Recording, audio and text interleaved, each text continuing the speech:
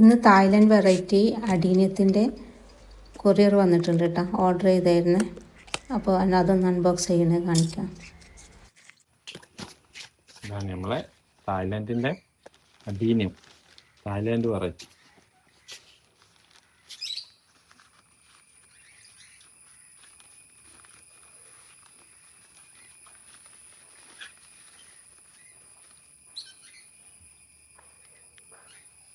ഇതൊക്കെ ബഡാണ്. ഇതുണ്ട് ബഡ്.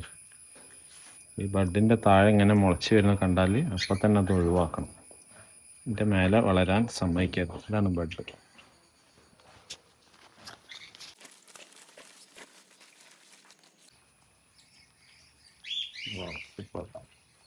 ഇതൊക്കെ കണ്ട ബഡാണ്. നല്ല കോഡക്സ് ഒക്കെ നല്ല വലിപ്പമുള്ള.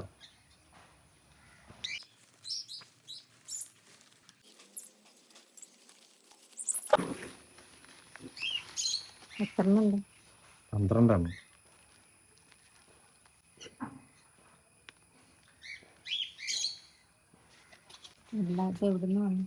ഇത് കണ്ണൂർന്നാ. ഇതിലുണ്ടാവുമല്ലോ പ്ലാന്റ് ട്യൂൺ എന്ന് പറഞ്ഞ അവരടുത്തുനിന്ന് ഓൺലൈനിൽ വാങ്ങിയതാണ്. കോംബോ ആയിട്ട് വന്നത്. അടീനിയം അവർ അടീനിയും ബൊഗൻവില്ല മാത്രം ചെയ്യുന്നു. അതിൻ്റെ ഒരുപാട് വെറൈറ്റി. ഇത് 12 പീസുണ്ട്.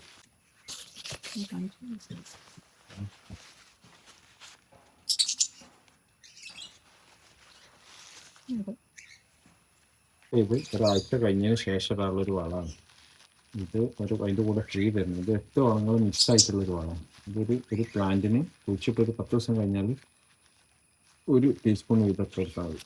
8 വളങ്ങളുടെ മിക്സാണ്. ഇത് ഫ്രീ ആയിട്ട് അതിൻ്റെ കൂടെ ഒരാഴ്ച എന്നുള്ളത്. പോട്ടി മിക്സ് നമ്മൾ പ്ലാന്റ് ചെയ്ത് കഴിഞ്ഞ് 10 ദിവസം കൂടുമ്പോൾ നമ്മൾ DAP കൊടുക്കുന്ന പോലെ തന്നെ DAP 10 പീസാണ്. ഒരു ടീസ്പൂൺ ഇട്ട് കൊടുത്താൽ മതി. ഇങ്ങനെയുള്ള വളമാണ്. ഒരു എനർജൈസറാണ്, പ്ലാന്റ് എനർജൈസർ. ഈ ചെടിക്ക് ഓരോ നമ്പർ ഇട്ട് കൊടുത്തിട്ടുണ്ട്. ആ നമ്പർ നമുക്ക് ഇനി ചെടി പോവുക അല്ലെങ്കിൽ ഏതെങ്കിലും വേണമെന്നൊക്കെ ഉണ്ടെങ്കിൽ ആ നമ്പർ പറഞ്ഞു കൊടുത്താൽ അവർ അയച്ചു തരും. നമ്മൾ ഈ പോട്ടിൽ ചകിരി വെച്ചിട്ടുള്ളത് കോഴികൾ ചിക്കിയിട്ട് ഈ പോട്ടി മിക്സ് പുറത്താക്കരുത് എന്ന് വെച്ചിട്ട്. അല്ലാതെ നോർമലി നമ്മൾ അടീനിയത്തിന് ചകിരി വെക്കാൻ പാടില്ല. കാരണം അതിന് നനവ് കുറവാണ് വേണ്ടത്. നമ്മൾ ആഴ്ചയിൽ ഒരു 2 പ്രാവശ്യമൊക്കെ നനച്ചാൽ മതി. അത് വെയിൽ ഡ്രൈ ഇഷ്ടപ്പെടുന്ന പ്ലാന്റാണ്.